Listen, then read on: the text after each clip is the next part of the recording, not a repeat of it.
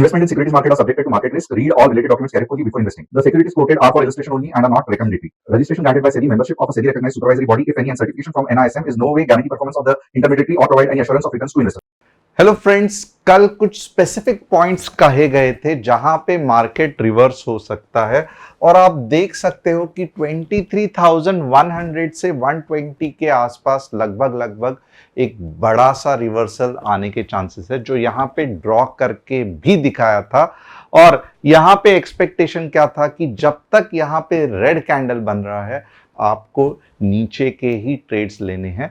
और आप यहां पे देख सकते हो एग्जैक्टली एक बढ़िया सी रेड कैंडल पिछले वाले ग्रीन कैंडल को पूरी तरीके से इनगल्फ करते हुए बन गई और उसके बाद आप नीचे का मुंह खुद देख सकते हो।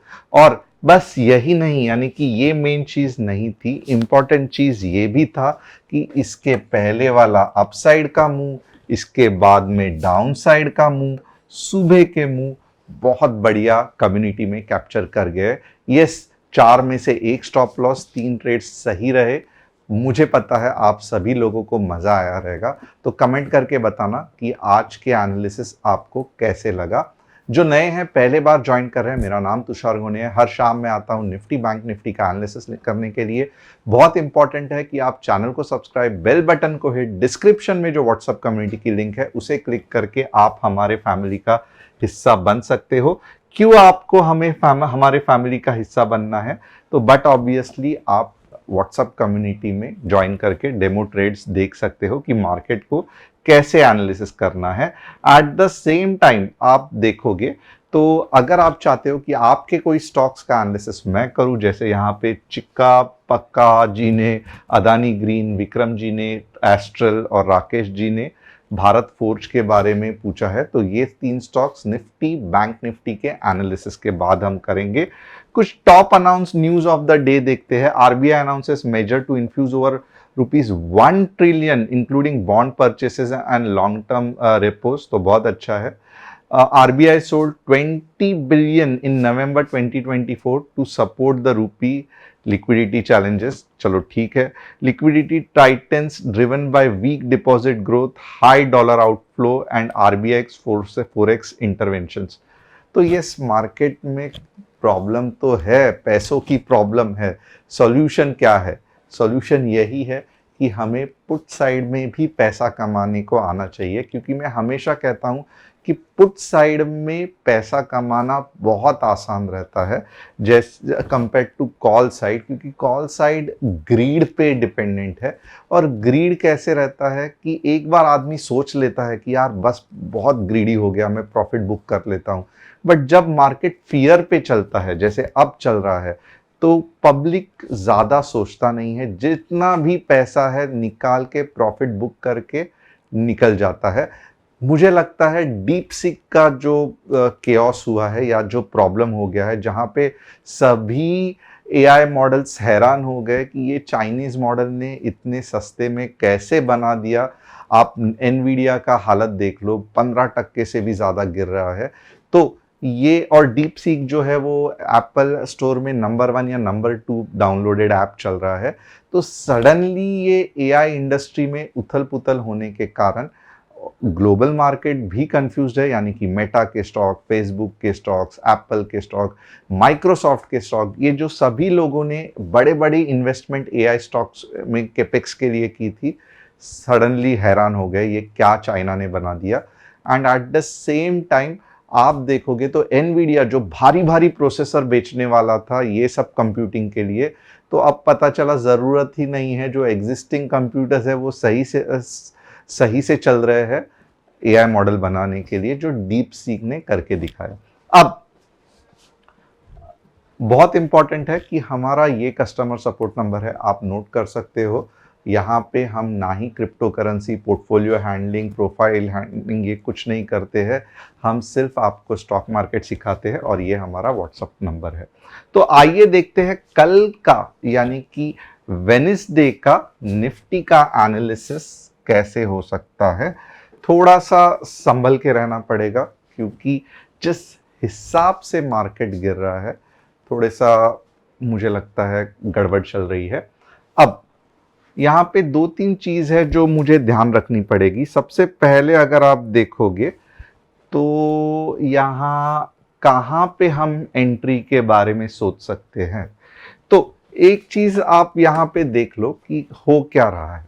ओके, थोड़ा सा ये इस पे खास मैं एक वेव कंसेप्ट पे वीडियो बना रहा हूँ कि how to trade options with trends, जिससे कि आपको भी पता चले कि बड़े मूव्स कैसे कैप्चर कर सकते हैं। अब आप देख रहे हो ये एक वेव है, ओके, और ये वेव का जो पुल बैक है वो यहाँ पे मिला है, राइट, यानी कि यहां तक ये जा रही है और नीचे आने की कोशिश कर रही है। अब एक चीज तो है, गलती से भी मार्केट 23,240 के ऊपर चला गया ना, तो यहां से एक बड़ा मार्केट को पहले बार ऐसा होगा कि इन जनरल जो ट्रेंड है कि थोड़ा सा ऊपर जाता है वापस नीचे आता है, ये पहले बार ऐसे मार्केट में होगा जहां पे सीरियसली मार्केट ऊपर जाने की कोशिश कर रहा है। ओके, एंड ये वाला जो पॉइंट है इसके ऊपर अगर गलती से भी चला गया, जो कि 23,350 है, तो ये पहले बार ऐसा होगा कि मार्केट ने कोई तो भी हाई, स्विंग हाई कहते हैं इसको, तोड़ दिया। तो ये इतना आसान डेफिनेटली नहीं है, बट हमें ऑफकोर्स पेसिमिस्टिक यानी कि नकारात्मक ही रहना है जिस हिसाब से मार्केट चल रहा है। बट मैं जस्ट ये एक बता रहा हूं कि अगर 23,240 या 23,350 के ऊपर गलती से भी मार्केट चला गया ना, तो आप थोड़े समय के लिए, भले थोड़े समय के लिए, क्योंकि फिर क्या होगा कि मार्केट हायर टाइम फ्रेम पे रेजिस्टेंस ढूंढने की कोशिश करेगा। 15 मिनट्स ये सब मार्केट रिस्पेक्ट नहीं करेगा। तो थोड़े समय के लिए हम बुलिश हो सकते हैं ये नंबर्स आने के बाद। तो आपको पता चला रहेगा, क्योंकि ये बताना बहुत जरूरी है, क्योंकि बहुत सारे लोग बार बार पूछते हैं कि सर बताओ थोड़ा तो मार्केट में बुलिशनेस कब आएगा। तो आप खुद ये नंबर देख सकते हो, 23,350 के बाद अगर आवरली कैंडल क्लोज हो गई इसके बाद, तो थोड़ा तो बुलिशनेस आने के चांसेस है।